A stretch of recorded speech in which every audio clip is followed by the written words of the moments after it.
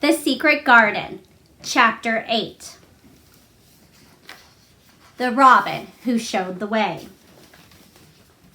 She looked at the key quite a long time. She turned it over and over and thought about it. As I have said before, she was not a child who had been trained to ask permission or consult her elders about things. All she thought about the key was that if it was the key to the closed garden, and she could find out where the door was, she could perhaps open it and see what was inside the walls, and what had happened to the old rose trees. It was because it had been shut up so long that she wanted to see it. It seemed as if it must be different from other places, and that something strange must have happened to it during the 10 years. Besides that, if she liked it, she could go into it every day and shut the door behind her, and she could make up some play of her own and play it quite alone, because nobody would ever know where she was, but would think the door was still locked and the key buried in the earth. The thought of that pleased her very much. Living as it were, all by herself in a house with 100 mysteriously closed rooms and having nothing whatever to do to amuse herself, she had set her inactive brain to working and was actually awakening her imagination. There was no doubt that the fresh, strong, pure air from the moor had a great deal to do with it. Just as it had given her an appetite, the fighting with the wind had stirred her blood, so the same things had stirred her mind. In India, she had always been too hot and languid and weak to care much about anything. But in this place, she was beginning to care and to want to do new things. Already she felt less contrary, though she did not know why. She put the key in her pocket and walked up and down her walk. No one but herself ever seemed to come there, so she could walk slowly and look at the wall, or rather, at the ivy growing on it. The ivy was a baffling thing. Howsoever carefully she looked, she could see nothing but thickly growing, glossy, dark green leaves. She was very much disappointed. Something of her contrariness came back to her as she paced the walk and looked over it at the treetops again. It seems so silly, she said to herself, to be near it and not be able to get in. She took the key in her pocket, and when she went back to the house, she made up her mind that she would always carry it with her when she went out, so that if she should ever find the hidden door, she would be ready. I got up at 4 o'clock, she said. It was pretty on the moor with the birds getting up and the rabbits scampering and about the sun rising. I didn't walk all the way. A man gave me a ride in his cart, and I did enjoy myself. She was full of stories of delights of her day out. Her mother had been glad to see her, and they had got the baking and washing all out of the way. She had even made each of the children a dough cake with a bit of brown sugar on it. I had 'em all piping hot when they came playing from the moor, and the cottage smelled all nice, clean, hot bacon, and there was a good fire. And they just started shouting for joy. Our Dickon said our cottage was good enough for a king. In the evening, they had all sat round the fire, and Martha and her mother had sewed patches on torn clothes and mended stockings, and Martha had told them about the little girl who had come from India and who had been waited on all her life by what Martha called blacks, until she didn't know how to put on her own stockings. They did like to hear about you, said Martha. They wanted to know all about the blacks and the ship you came in. I couldn't tell them enough. Mary reflected a little. I'll tell you a great deal more before your next day out, she said, so that you will have more to talk about. I dare say that they would like to hear about riding on elephants and camels, and about officers going to hunt tigers. My word, cried delighted Martha. It would set 'em clear off their heads. Would they really do that, miss? Would it be the same as a wild beast show like we've heard and they had in York once? India is quite different from Yorkshire, Mary said slowly, as she thought the matter over. I never thought of that. Did Dickon and your mother like to hear you talk about me? Why, our Dickon's eyes nearly started out of his head, they got that round, answered Martha. But Mother, she was put out about your seeming to be all by yourself like that. She said, hasn't Mr. Craven got no governess for her, no nor nurse? And I said, no, he hasn't, though Mrs. Medlock says he will when he thinks of it. But she says he may not think of it for 2 or 3 years. I don't want a governess, said Mary sharply. But Mother says you ought to be learning your books by this time and you ought to have a woman to look after you. She says, now Martha, you just think how you'd feel yourself in a big place like that, wandering all alone and no mother. You do your best to cheer her up, she says, and I said I would. Mary gave her a long, steady look. You do cheer me up, she said. I like to hear you talk. Presently Martha went out of the room and came back with something held in her hands upon her apron. What does it think? She said with a cheerful grin. I've brought thee a present. A present? Mistress Mary exclaimed. A man was driving across the moor peddling, Martha explained, and he stopped his cart at our door. He had pots and pans and odds and ends, but Mother had no money to buy anything.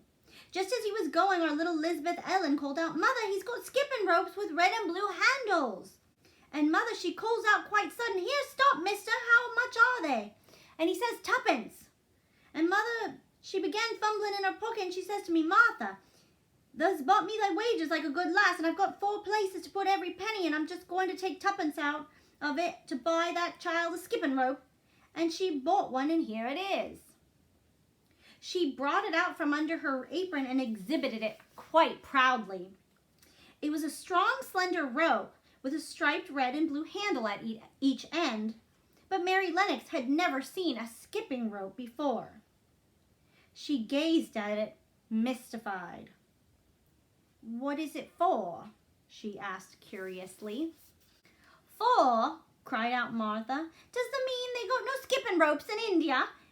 For all they've got elephants and tigers and camels? No wonder most of them's black. That's what they're for. Just watch me. And she ran into the middle of the room and taking a handle in each hand began to skip and skip and skip while Mary turned in her chair to stare at her. And the strange faces in the old portrait seemed to stare at her too and wonder what on earth this common little cottager had the impudence to be doing under their very noses. But Martha did not even see them. The interest and curiosity in Mistress Mary's face delighted her, and she went on skipping and counted as she skipped until she had reached 100.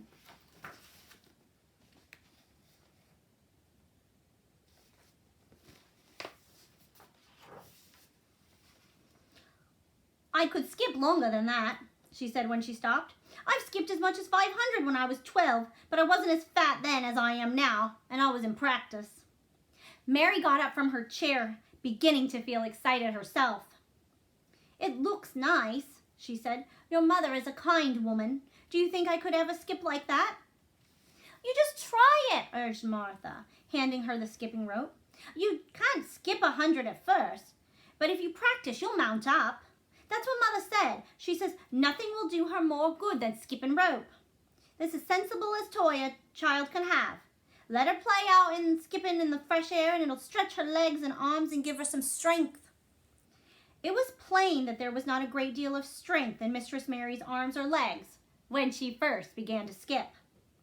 She was not very clever at it, but she liked it so much that she did not want to stop.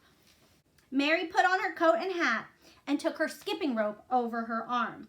She opened the door to go out and then suddenly thought of something and turned back rather slowly.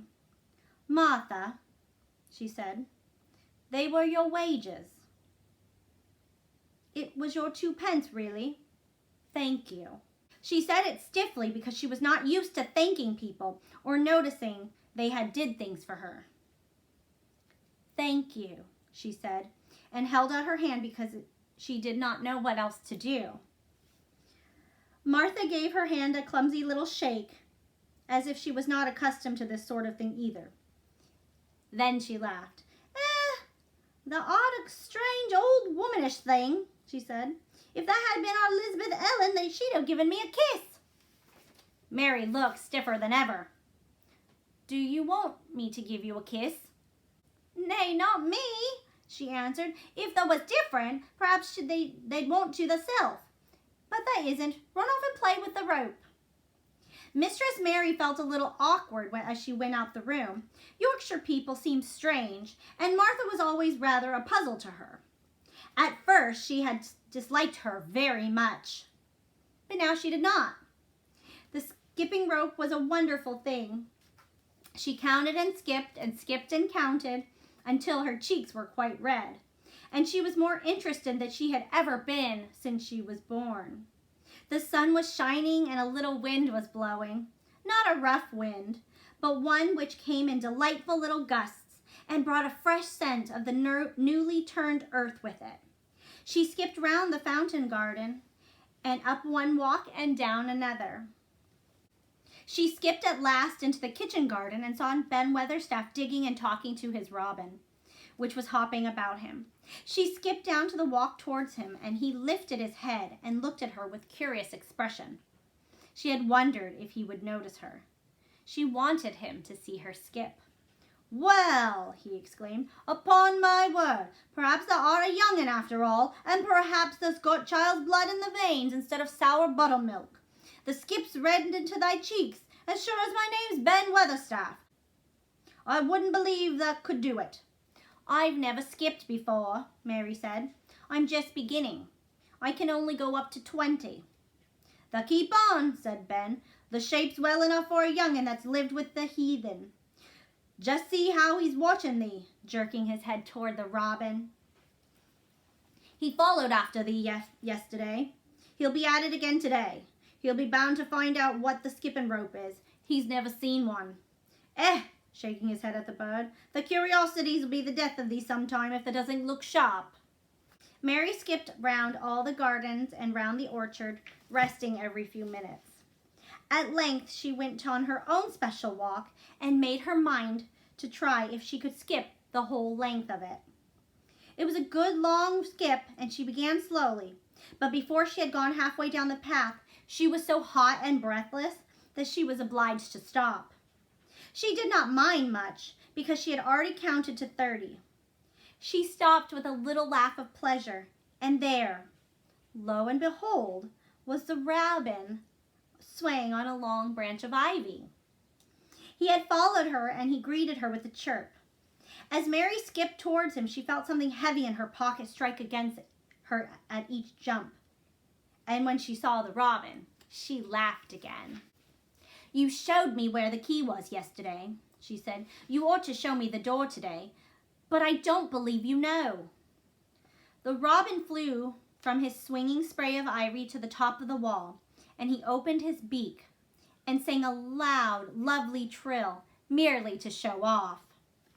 Nothing in the world is quite as adorably lovely as a robin when he shows off, and they are always nearly doing it.